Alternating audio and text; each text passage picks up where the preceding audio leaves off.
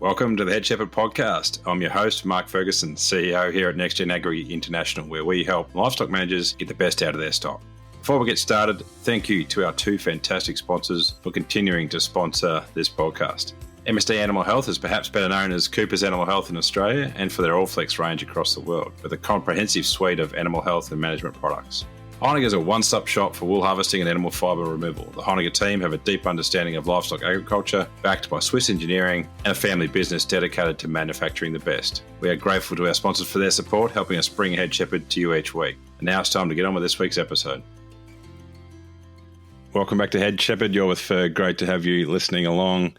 This week on the show, we have Prue Simson, and we'll get into that shortly. Before we do that, I just wanted to mention the article that Sophie's posted on the Hub. This one's biochemistry of wool, so it's getting right into the detail of what's happening in the skin level with wool being produced. As usual, Sophie's gone right down the rabbit hole to really understand what's going on, and has put together a great little resource for those who want to understand wool a bit further. So I recommend you jump on the Hub, check that out, and check out all the articles on the Hub and on the website. Some great information building there. Bit of an update from this side of the ditch. It's been great to have Ken Solly over with us for the last few days. Ken was here all last week and was launching our OptiU course with us. So we're running out our first module, which is on cost of production, which Ken knows very well. And great opportunity to develop up our team, learn a few things, as well as start those groups from across 3 different pilot groups. We're piloting it for a little while, and then we'll go into groups proper. And we're just, taking this approach to learn a bit. Our first pilot groups are guinea pigs, and we're just making sure that all of the stuff that we've developed is doing what we hoped, and hopefully creating a great learning experience for those producers. So keep an eye out for that in future. That'll be coming to an area near you once we've got through these pilot groups and are happy to launch it properly. This week on the show, we have Prue Simson. Prue is the manager of the Australian Equine and Livestock Events Centre in Tamworth, which is where the Angus Expo was held a few weeks ago.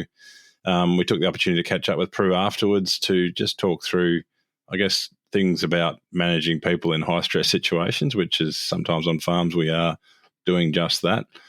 Prue's got decades of international experience coordinating major events across Australia, Canada, New Zealand, US, UK. Has been involved in Olympics, in Grand Prix, in lots of different events, which are all need to happen when things need to happen at pace, and obviously that can create massive amounts of stress. And we talked to Prue about how she deals with that. So a little bit of a different episode again this week, but I really enjoyed the chat with Prue, and we'll get right into that now. Welcome, Prue Simson, to Head Shepherd. Thank you very much, Mark. Great to have you here, Prue, and it's a little bit of a different episode than normal. We're often talking to farmers about genetics and other things, production or scientists or whatever, but when we were at Tamworth recently, we were sort of brainstorming about people to talk to around the Big Angus Expo event that you hosted there, and Jake actually suggested that you'd be great to chat with, and I obviously stalked you from there and agreed. So so here we are, and you spent a big chunk of your career organising big events. I guess maybe if we could just share some of that journey from international sporting events through to now managing the Australian Equine and Livestock Events Centre there in Tamworth. I know it's a bit of a mouthful, isn't it? It is. ALEC from here on in. Yeah. Yeah, absolutely. That's why the acronym that's all you see anywhere. Yeah. But no, thanks for having me. Yes, and I am definitely I feel like I'm a bit of an odd anomaly of someone to come onto your podcast, but happy to share my experience. And if anyone enjoys having a listen, then happy days. But yeah, my background is very different to who you normally chat to, but I actually did grow up only a couple of hours away from Tamworth on a farm. So I do have a very heavy agricultural background, and my family is still involved in that side of work as well. And my brother also runs a massive sheep station down near Booroworth, Taylor's Flat area.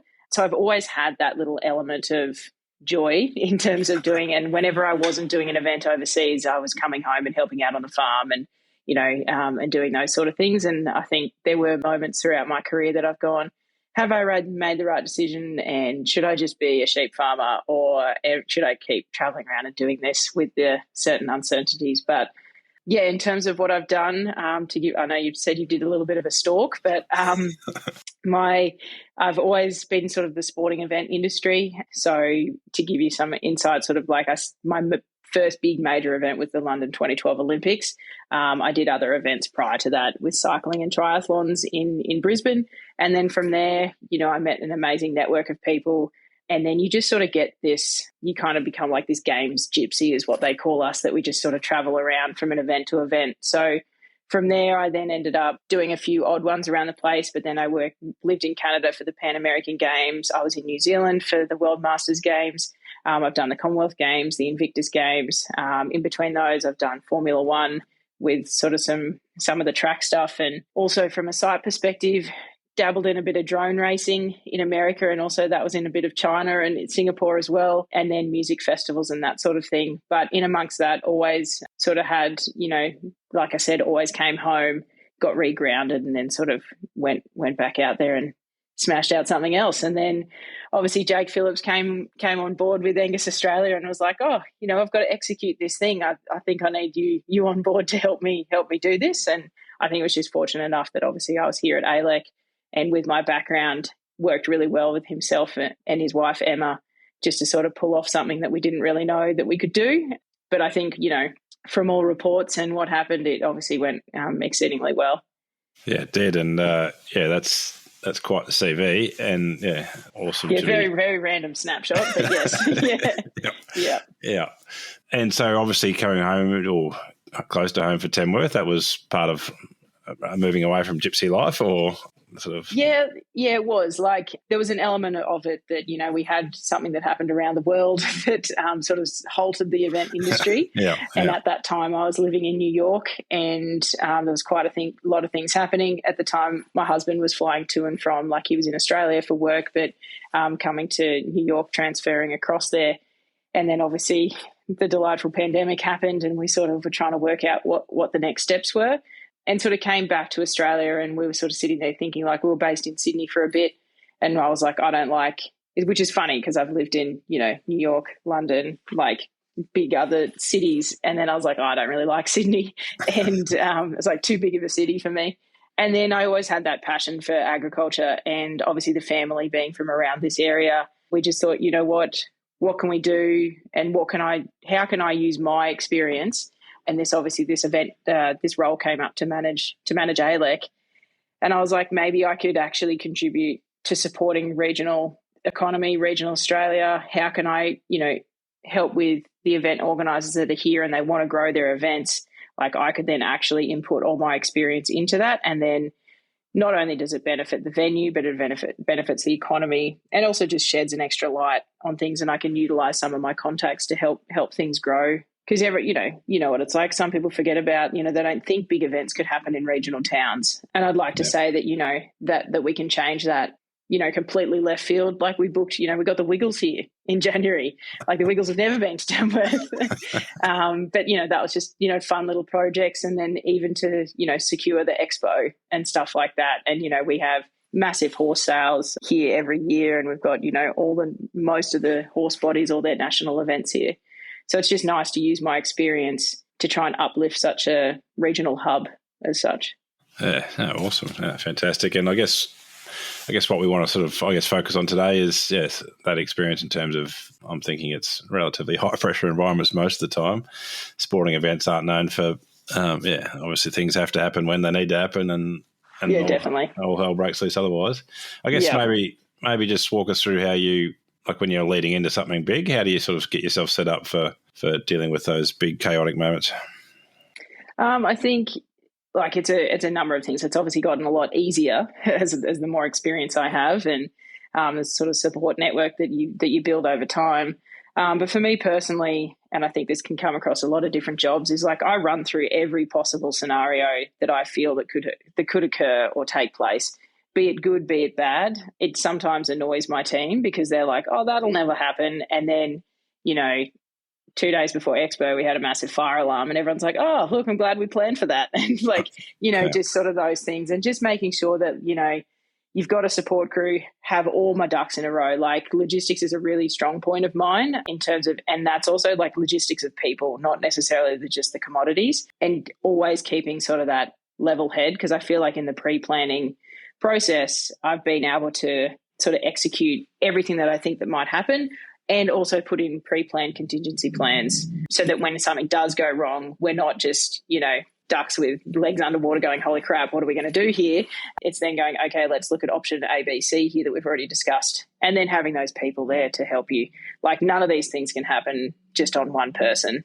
Like it's impossible, but it's having that network and all that pre-planning beforehand to help you in when stuff is super high pressure and can go wrong. Indeed. I guess, some of us think we do that, but you actually physically go through, like, sort of play that out? To what level of detail would you play out those scenarios? So for here, like we played out scenario, like if I refer back to Expo, like we played out scenarios of like cows getting out, like what is our process? How would we rally them back? Who would be involved? What's the comm strategy for that? But then also what's the reputational strategy after that? If people are then saying like, what happens from there? So there's the actual operational steps that you need to take, which all like my team would then execute. But then there's things with Angus Australia that you then have to then work in with them. That's one scenario. We always talk through, if you have to do evacuations, being on a agri podcast, like we obviously have to deal with whether or not we're going to have any people that aren't liking our events as such, that could turn up with, pickets and whatnot. So we have to run through those situations and scenarios as well. And it's a lot of pre-meetings and conversations, but, I'm really open with my communication with my team, with what's going on. And it's just everyone should feel and does feel very well equipped before they go into any event or any like, no matter how big or small it is, to make sure that we're covered. And also means people feel comfortable and safe and confident in what they're doing, the more prepared they feel. Yeah, so I guess maybe examples of where things have gone bad, and often humans aren't amazing under stressful situations, and particularly at sort of talking to people about what's happening. Everyone sort of tends to be, somehow we end up, our default is to sort of head down and a little bit, but obviously you can't be like that. So I guess what's your comm strategy to make sure your team's aligned when things are going pear-shaped? When they go pear-shaped, I think it goes back to like the foundations that I've built to begin with. Have that strong communication well before it goes sideways, because then your team has trust in you and they completely trust my ability to either lead or pull things together despite whatever challenge comes our way. In events, we're dealt with crisis situations all the time, but I just need to make sure that everyone's across the overview of things is really clear on everyone all the time, and that everyone else, is given that responsibility that if something happens, they have that confidence to be able to perform their role. And it's at the beginning, it's giving the clear vision to the entire team about what the expectations are if a situation happens or if it doesn't happen, regardless of how you do with it.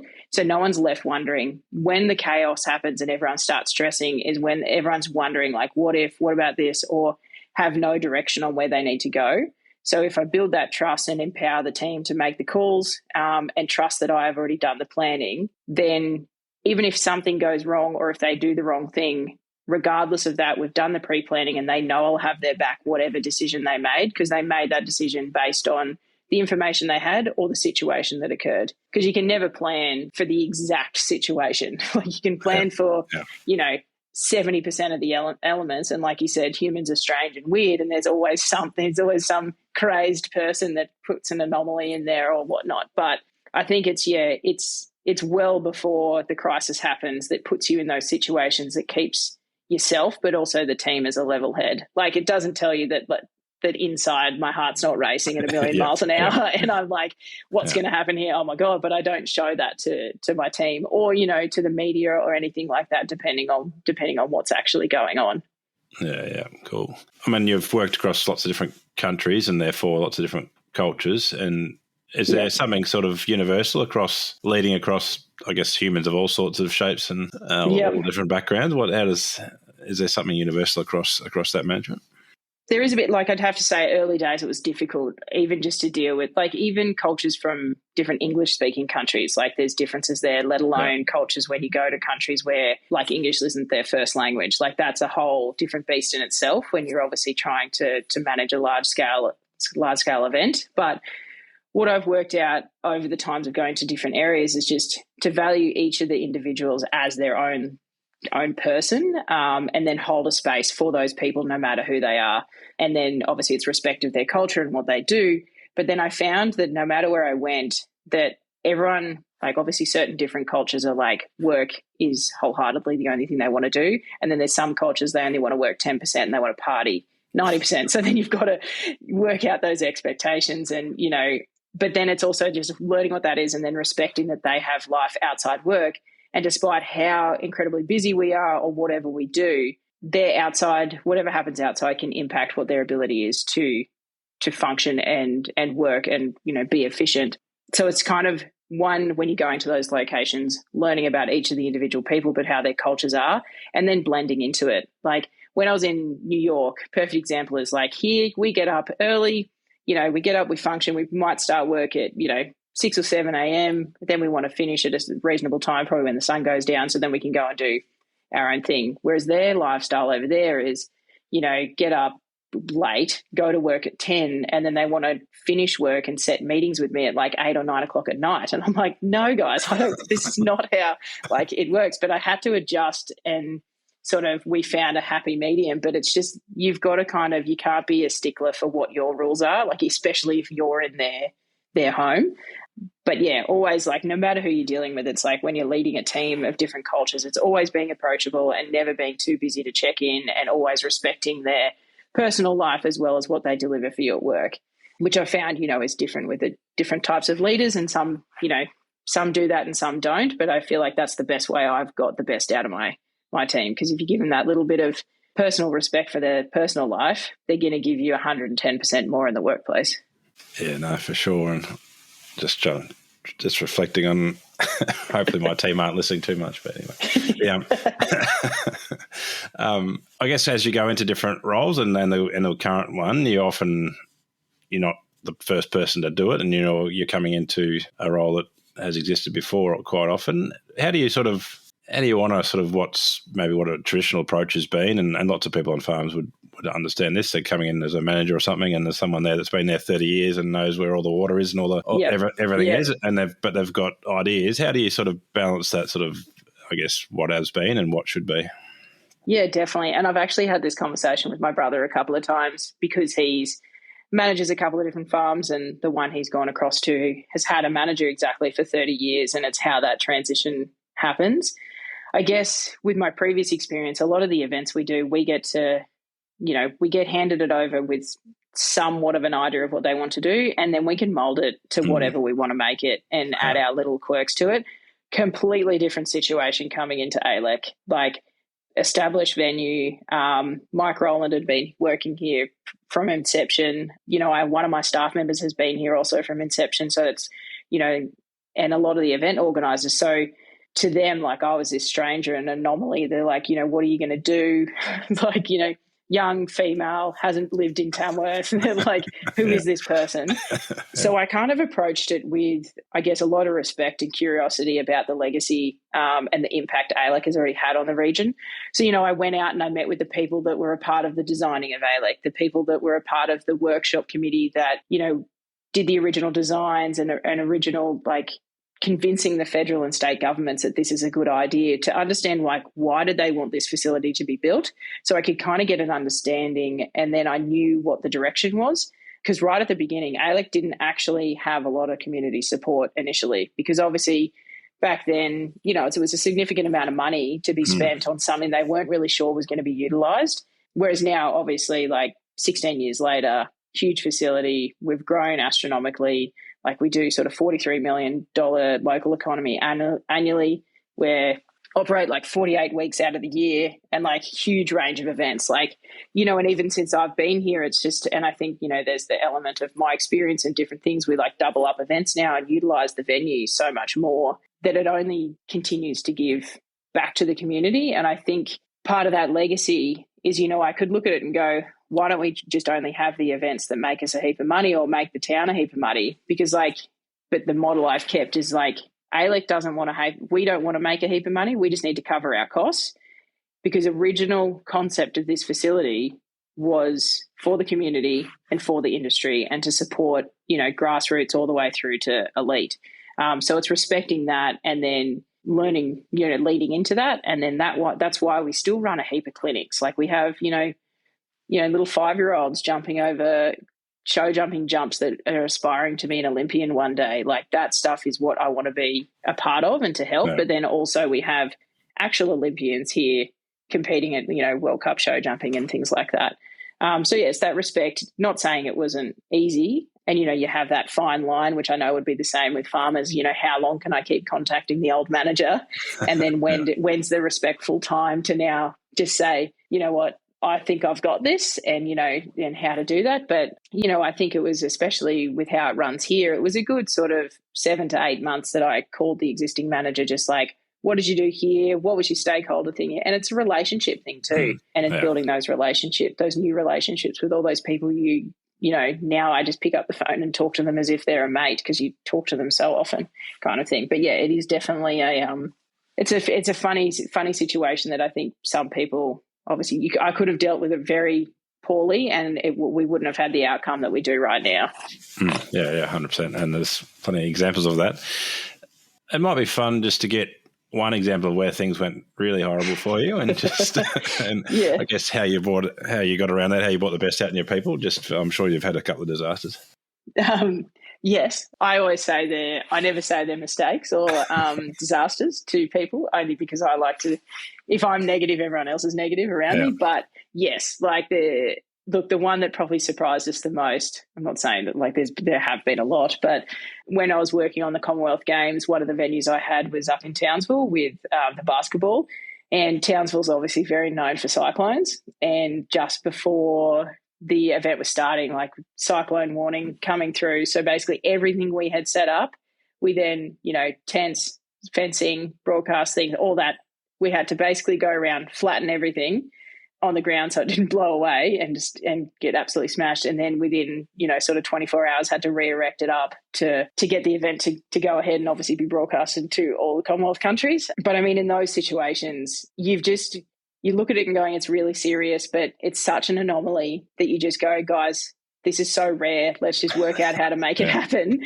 Yeah. And if we do it wrong, no one can say anything, because how would have they dealt with it? Like, put them in a situation where a cyclone's coming straight at them and what they would do. But I think, the bigger things and the bigger crisis things that can occur, and I think where the stress comes from with the high level events that we do is like most of them that I've done, they're broadcasted to millions around the world. Yeah. So, it's not necessarily the crisis, but the possibility of the crisis is what causes that high end pressure. The 1 year on Formula One, and people like to keep reminding me that, so I was in charge of getting the track sorted, and, the verges, so the end of the track where the grass is looking nice and plush, it has a certain height that it can only be, which is exactly what we got it to. And the whole course gets checked as they're going around. But it was the year that Daniel Ricciardo went to overtake at the takeoff and basically hit the verge, and the whole front of his car completely came off. So he didn't even get to do one lap of his only like Aussie Grand Prix. So it's like not a huge crisis, but it was the ramifications of that, even though it wasn't an issue. And then everyone around the world got to watch it, and it was like something that, we were in charge of. Even though it was all right, it was still a crisis because of what occurred. Yeah. Well, and funny. I mean, there's a lot of those ones, like, you could touch on a lot of ones from like, when you have a big events with a lot of people, there's always medical incidences or things like that but those ones you get so well trained in and have your pre-plans in there just to make sure you can execute and look after the people as much as you can. Yeah. Where do you sit on the spectrum of adrenaline junkie versus cool, calm and collected? Surely you're out on the adrenaline level.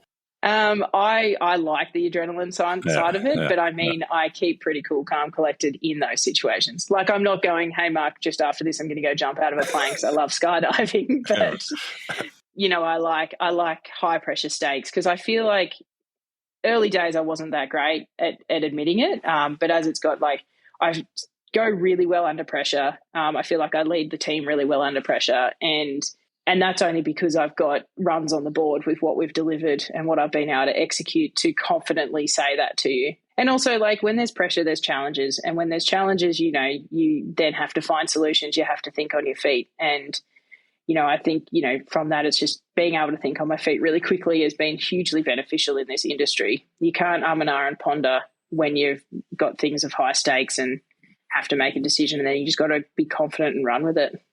Yeah, no, I figured that would have to be the answer. I guess relating it back to ag, and ag is, if there's one thing constant about ag, it's its unpredictability. It is weather often, and other factors, but weather is constantly changing or constantly causing grief. And sometimes it's not. I guess the overwhelm actually can build over 6 months, 12 months in a sort of drought situation, or in 12 hours in a flood situation, or in or a locust or other things that happen quite quickly. I guess there's some tips out there for farmers sort of dealing with when they're facing a crisis. Is there anything that you would sort of suggest, or any tips you've got? Like, I know it's hard to obviously give an exact tip, I guess, in those crisis situations, because the hard part for farmers is, like, yes, you can say a crisis situation for an event is X, but I mean, when it's with a farmer, that's their livelihood, that's their income, that's their whole life depends on what's going on there. I think, if you're related sort of back to what the job happens here, is that we're acutely aware, like a lot of my staff are from farms or have been farmers and that type of thing. So, we understand that sometimes events can't happen because, there's a couple of years ago, we had to cancel the event we just had, the Stockhorse Nationals, because of mass flooding that was happening everywhere. And out of respect to, a lot of people couldn't come, a lot of their livestock had died and that type of thing. So I think, in terms of like tips from a crisis, I think it goes back to what I said at the start, is like, you've got those contingency plans, like never leave, resources right to the nth degree. Have those relationships that when a crisis happens, you've got amazing people to lean on, and not necessarily local people. Like, my network of people is widespread, because I don't know what situation I'm going to run into, be it personal or be it a work situation. Those crises, you're never alone. And I think sometimes when you're in it, and I can say this from, family experiences from being on the farm, like, they think they're alone and they don't even want to talk to their neighbour in terms of that, what's going on. And I think it's, if you, not necessarily, you don't have to talk directly to your neighbour, but there's plenty of other people in the exact same situation you're in, that you can lean on, and have that little cast of network that you can reach out to and have a chat to, and also just problem solve. And you never know who they might know to then help the situation out. Good old, farm, the telephone tree that we used to use back in, that it works wonders. I think that's the only way that I ever successfully get out of deep, strong crisis management planning and things like that, is purely the foundations of networks and relationships that I've built beforehand, and recognizing what they can contribute to help you, no matter where they are. Yeah, no, really good points. The old saying, if it's not what you know, it's who you know, is never ever gets proven wrong. That's exactly. So, like, it can always get you out of anything. Yeah. No, when we started out my career, I had a guy, Brian Hurley, or Boots. There'll be a few people listening might know Boots, and he was. If he didn't know somebody that knew something, we were a staff, because he had a solution for all problems, or someone that had a solution for all problems at least. Exactly. I guess just quickly before we do our couple of wrap up questions, but obviously sometimes in those high stress situations, you've got, not all of your actors will be acting in the way you want them to. Not all the people around you will be behaving in the way you like, and that's just human nature. Is there ways to deal, like in those crisis situations, is there ways to sort of deal with, I guess, giving critical feedback to team members when things aren't going well? Yeah, definitely. Yeah, it's true. When things aren't going well, sometimes you can't flip your lid out in the open. But I guess when it's those crisis situations, like, you automatically sometimes you want to pin the issue on one person to make yourself feel better. That's definitely not the way. That's a bad play, but you see it all the time. So it's more keeping it focused on the issue itself, not necessarily the person. And then with that, you can focus on the plan of how you can move forward, rather than, you can then still provide support to that person and develop them and where they need to go. But it's not causing a repercussion later down the track, because you've only focused on the issue with the person.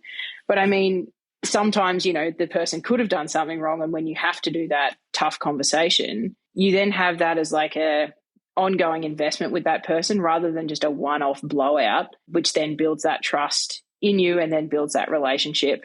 But I mean, I always approach my team, whether it be like good feedback or bad, I provide it as soon as possible, like right at the point, because otherwise, you know, the moment's gone. And then you've also got to be checking in with the team consistently. But I mean, if there is a major issue, deal with it straight away, take the person aside, don't do it publicly because that's not going to get you anywhere. And then you lose that trust to begin with anyway. And then if you have that trust, then if you are having to give that feedback or there was that issue in that high stakes situation of whatever's going on, they're going to take it on board and continue to deliver for you. Because the last thing you want is when you're in a crisis situation, you rip into someone, they lose sight or the farm, and then you're in more of a situation.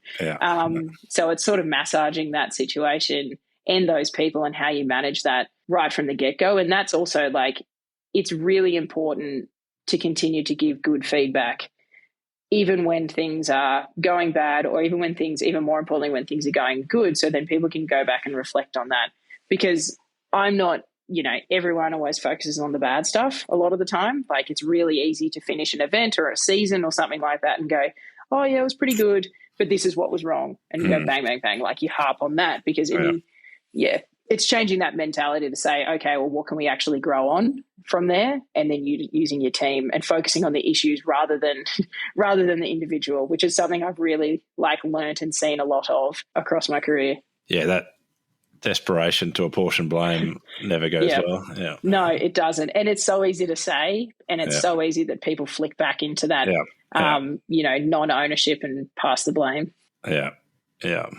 No, exactly. Right. The last two questions we ask everybody, and you've worked with some amazing people and I imagine across all those different events, but yeah, is there a few people that you would sort of single out as great people you've had the opportunity to learn from?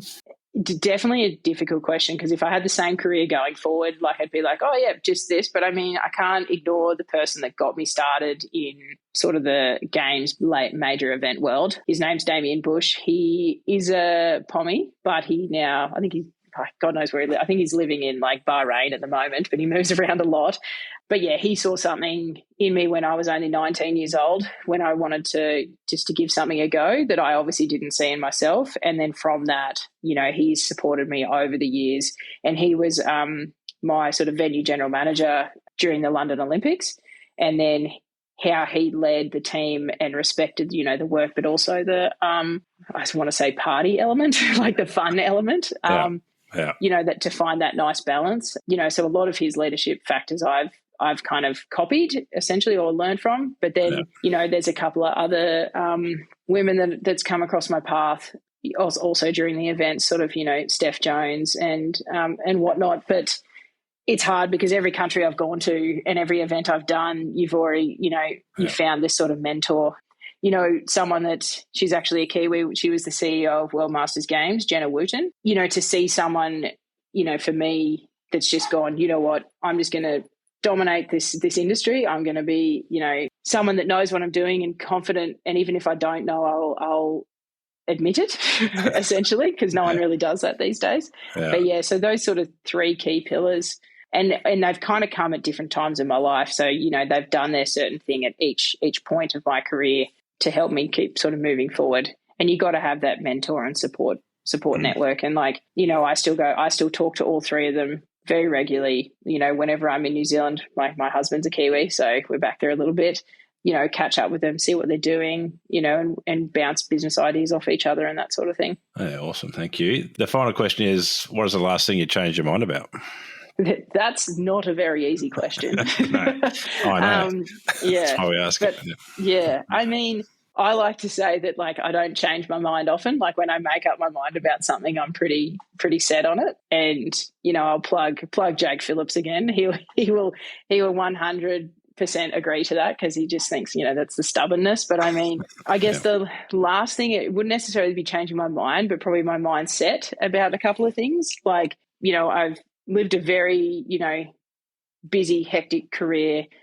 Work was always at the forefront, obviously traveled, had fun, got married and all that type of thing. But then recently had a family and you just have to completely switched the priorities. And for me, changing that mindset was hard. It was very difficult and probably one of the hardest things I've had to do in my life in terms of saying, okay, one, yes, you've got a child that is like reliant on you, but also that, how can you then split your time because you have an entire team like here at ALEC that are very reliant on you also. But then, that mindset of going, it's okay to have sharing priorities and it's okay to, leave work at 7 p.m. at night and go home and spend it. It's then being like, I used to work to all hours of the day to make sure that I could, deliver the best to everyone. But it's like, okay, I need to deliver the best to everyone, but I also need to be the best mum, that there can be. So I think it's more the mindset, and that's been probably the most recent. I think, he's 17 months old now and I'm like just getting it,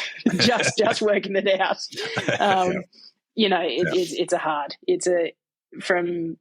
Being so work driven, it's definitely like that mindset is switching. That is definitely the latest thing I've done, but the hardest one. Awesome, Prue. Yeah, really appreciate you sharing that story, and I'm sure there's plenty of people that can identify with that. And really appreciate the honesty there. And it's been a great chat. We've managed to work in lots of ag actually, which is awesome. But I think the reason we wanted to get you on was to have your perspective on those big events because it's a great perspective, and really enjoyed that chat. Thanks very much for your time. Not a problem. And no, I enjoyed being on here. And yes, we touched on the ag a lot more than I thought we would. But I mean, it's ingrained, and it's also, it's great to have you here for the expo and to be able to sort of showcase that side of things too. Awesome. Thanks, Prue. All right. Cheers, Mark. Thanks again to Heinegger, who are proud world leaders in the manufacturing and supply of professional sheep shearing and clipping equipment. Thank you to MNSD Animal Health and Norflex Livestock Intelligence. They offer an extensive livestock product portfolio focused on animal health management, all backed up by exceptional service. We thank both of these companies for their ongoing support of the Head Shepherd podcast.